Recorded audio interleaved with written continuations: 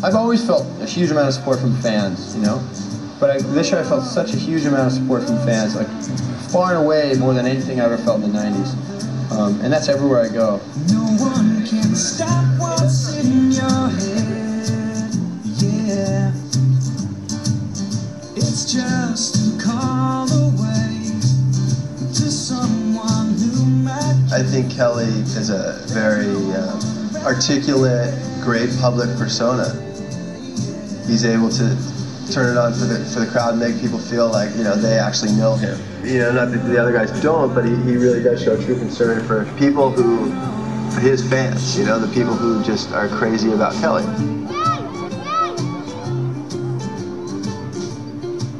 Well, in all honesty, I've got no idea how Kelly can actually compete with the distractions that are around him. He's got every kid on the beach wants his autograph, and every chick on the beach wants to bonk him. I've got no idea how the guy can actually go out there and concentrate on surfing. It's a miracle that he can even get through a heat, let alone win a contest and a world title.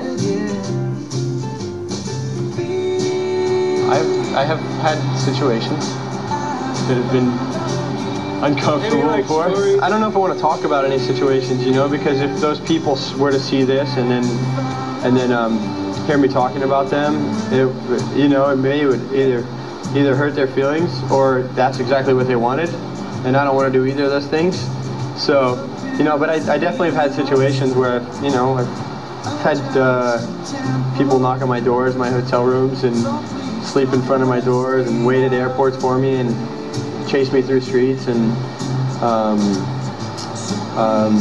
you know, demand things from me, you know, give me a surfboard or give me, you know, all sorts of different radical requests, you know, of anything you can imagine, you know, from the best to the worst. When you wake up in your hotel room and you see someone sleeping in front of your door in the morning, you step over them and you walk fast. You get to the elevator and you make sure they don't get in with you. You lock your door. Kelly's had a blessed year, mate. I mean, right through from surfing to relationships. That's his. I mean, that was the thing he needed. A good relationship. Friends and girls. Yeah, he is. You know, he's isolated. He does his own thing. He doesn't need anyone to keep him occupied, but you know, himself sometimes. But you know, he's cool. He comes around. We play poker. You know, golf sometimes. You know. What's he like playing poker and golf? He's really competitive at everything he does. He might not say it or whatever, but everyone has his little way of like everything. He wants to win. Oh yeah, he likes to talk trash at poker. This, you know, he's like my brother too. All they want to do is win at everything. And that's what you know. It's a good thing. That's what it takes to become a champ. You come home late, it feels like Thursday. You got that rainy day. Some of the people I've trained, I started out with Terry Norris back in '94, and then I went to the '96 Olympics as a staff member of the U.S. Olympic boxing team. After that, I trained Jesus Salute, who was one of the champion fighters out of Hawaii. They call him the Hawaiian Punch. Within the surfing field, I trained Noah Johnson when he won the Eddie. I trained Sonny Garcia the year that he won the world title, and I look forward to the opportunity to finally work with Kelly, you know, the master of them all, 7-time world champion. It's a real honor. Me and Kelly met up, we've known each other, but we met up actually at the Trestles event, and that's when he was real interested in getting with me and trying to get some work done.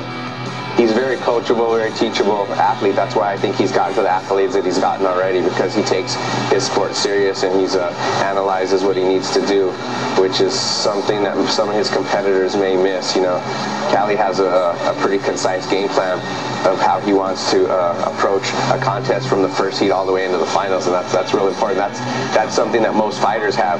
You have a round by round game plan, and you win the fight one round at a time. A lot of athletes, when they start training, whatever they do good is what they have a tendency to want to keep doing. If they like running, they'll run every day and they won't lift. So what I do, try and get a concise intake, find the weak points, figure out how much time we have before a big competition, and work on the small little things that make those weak points not the weak link in the chain anymore. You're in a deep training phase, far away from competition. You can use standard things that are in most gyms for strength, speed and stuff like that. These are mostly have to do with balance, balance and timing stuff. Push-up bar that tests your balance.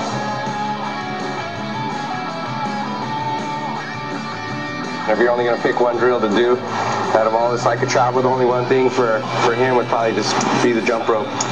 Balance, timing, rhythm, and build a little stamina, hand-eye coordination. And then we go to the simplification of boxing drills, because that brings us right back to timing, rhythm, and speed. You know, out in the surf, timing and rhythm at the high levels of surfing, that's key right there. A lot of guys have natural balance and enough strength to do whatever, but the timing, rhythm thing is what sets the best guys in the world apart from the guys that are just almost there. I got a pretty extensive background in boxing, so it's a pleasure for me to work with Callie and show him some of the stuff I know.